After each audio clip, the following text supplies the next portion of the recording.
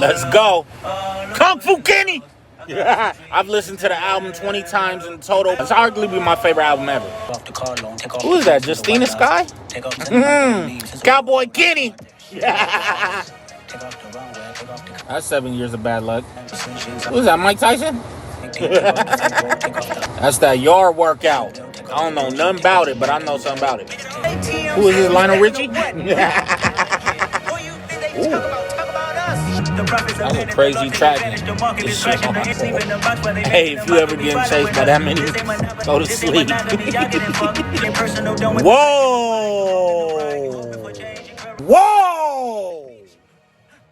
I don't know how many of y'all get that reference right there. We're gonna talk about it. There's a video you can watch, you can look it up, where they did an experiment in a room. This is like the 60s, 70s, 80s, and they were asking them like, what doll is more beautiful? And all the black kids was choosing a white doll. Man, that shit crazy. Yeah, the imagery, Kenny never lacked with the imagery. Baby Keener. Oh, this look familiar. This is a 90s video. Where the hell they get a phone booth? Yo, that angle crazy. That shit hard. Where is that? That's fire. I love angles, man. That joint look crazy. This shit hard.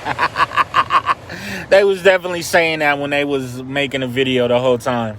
I'm gonna be real, man. This is I've listened to the album in its entirety over 20 times.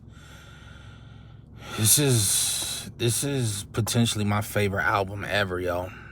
And the reason being is from 2009.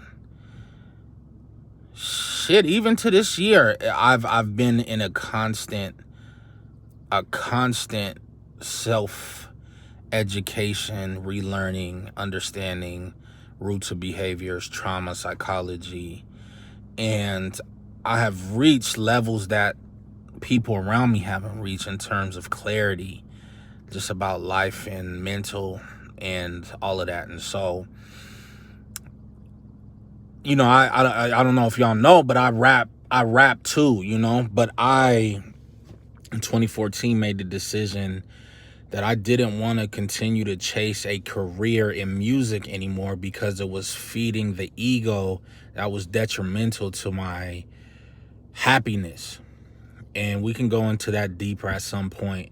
But I made a conscious decision to say, you know, to look at the root of why I even wanted to do music in the first place. Like, initially I started writing because it was an outlet, because I was a quiet kid, very relatable to what Kendrick was saying, right? In Father Time, where he's battling with him wanting to talk about his feelings, but his dad was like, there is no room for feelings in the real world, right? So when I started to write, it was about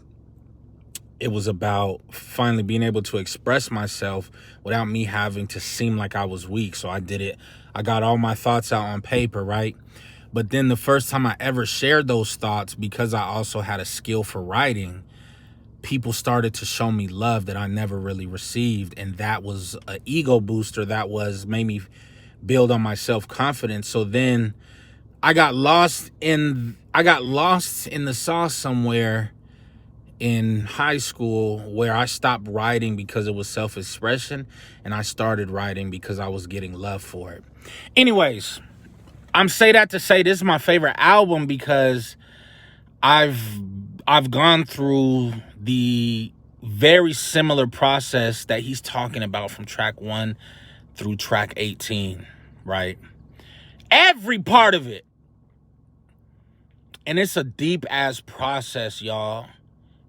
And if y'all are going through it, I'm with you, man. Much love to you. Sending healing energy and praise your way. But this album is fucking deep. I'm going to do some bar breakdowns because I just think there's elements to it that the average person that hasn't gone on that journey but loves rap or loves Kendrick needs to understand and have some perspective on. So that was a dope video. Again, he's too deep for it to be random images, so there's probably some random in there, but there's definitely a thought process for every scene, and I'm sure that a lot of the scenes reference something else, like him sitting at that piano with his hair down like that. Like, dope video in general for just the average consumer, but I definitely want to, this is a first watch reaction. So anyways, this is Barz Only. If you got recommendations for things you want to watch, please make sure whatever you recommend is Barz Only. My name's P. Smith. Don't forget the 2 eyes. We gone.